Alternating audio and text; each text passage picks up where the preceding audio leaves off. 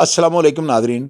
अल्लाह ताला से ये उम्मीद करता हूँ कि अल्लाह ताला ने आपको जहाँ पर भी रखा होगा अपने हिफ्ज़ व अमान में रखा होगा। खुदारा क्यों अजाब नहीं आ जाता है ऐसे अफराद पर जो इस तरह की हरकत करते हैं। आप यकीन करें, स्क्रीन के ऊपर आप जिस नौजवान की तस्वीर देख रहे हैं ना, इसका नाम अल्लाह देता है।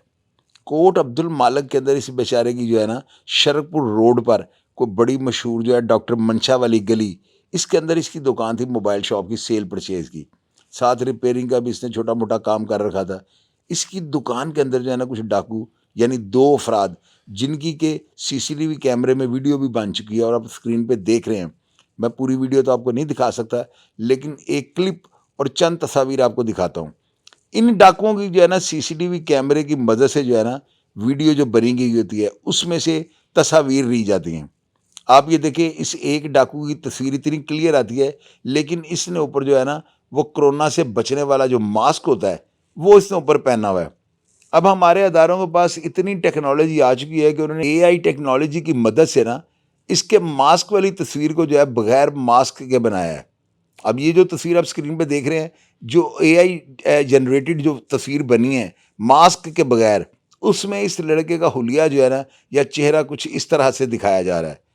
आप लोग जो है ना ये बात सुन के हैरान होंगे, इस लड़के को जो है ना गिरफ्तार कर लिया गया है। यानी कितनी बड़ी ये बात है कि हमारे पाकिस्तान में इस तरह की टेक्नोलॉजी आ चुकी है कि जिसने बगैर मास्क के तस्वीर को बना दिया और इसके बाद वो लड़का पकड़ा भी जाता है। सुनने में आया कि ये लड़का जो है इस वक्त अदारों की कस्टडी में, और इसको जो है ना यकीनन साथी छुड़ाने आएंगे। उसकी वजह ये है क्योंकि ये बहुत ख़तरनाक लड़का है और इसका बहुत बड़ा गैंग है।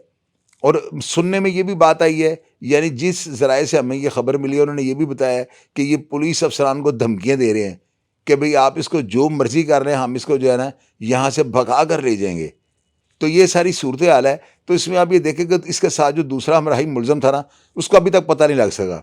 इन्होंने जो है ना दौरान डकैती फायरिंग किया और इस फायरिंग के साथ ये बेचारा अल्लाह देता जो है ना ये जाँ बहाक हो जाता है। गोली लगती है इसके बाजू में और बाजू को चीरती इसके दिल को जाकर जो है ना टच करती है, इस बेचारे की डेथ हो जाती है।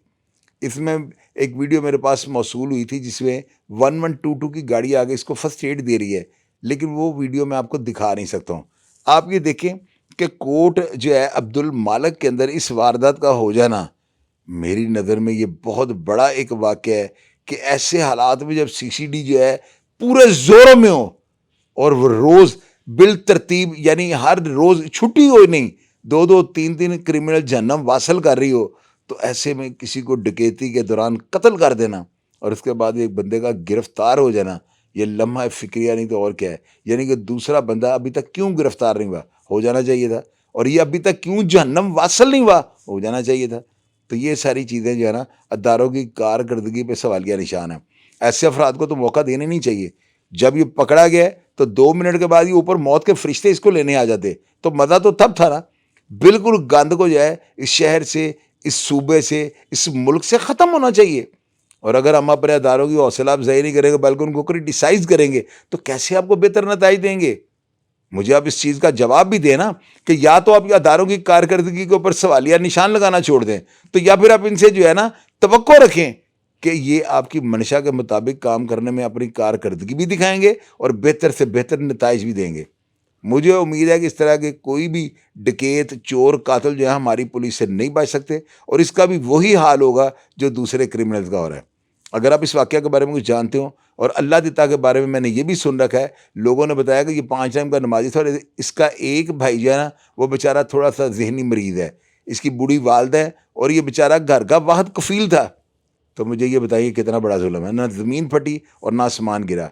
तो लिहाजा अगर आप इस करैक्टर के बारे में जिसकी मैंने बात आपको सुनाई है कुछ जानते हो, या इस स्टोरी में बयान की गए तमाम हालातों वाक़या से अगर आप इत्तफ़ाक़ करते हो, तो लाजमी कमेंट बॉक्स में लिख दीजिएगा ताकि हमारे झूठ और सच के बारे में लोगों को आगाही हो सके।